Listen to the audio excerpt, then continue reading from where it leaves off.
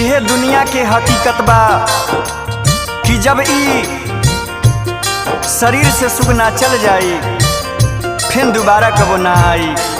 कैसे? गौआ में खोजनी नगरिया में खोजनी,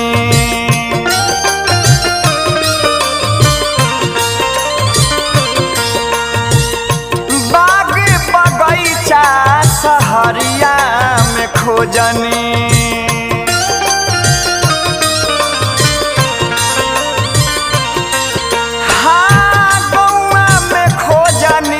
नगरिया में खोजनी, बाग बगीचा सहरिया में खोजनी।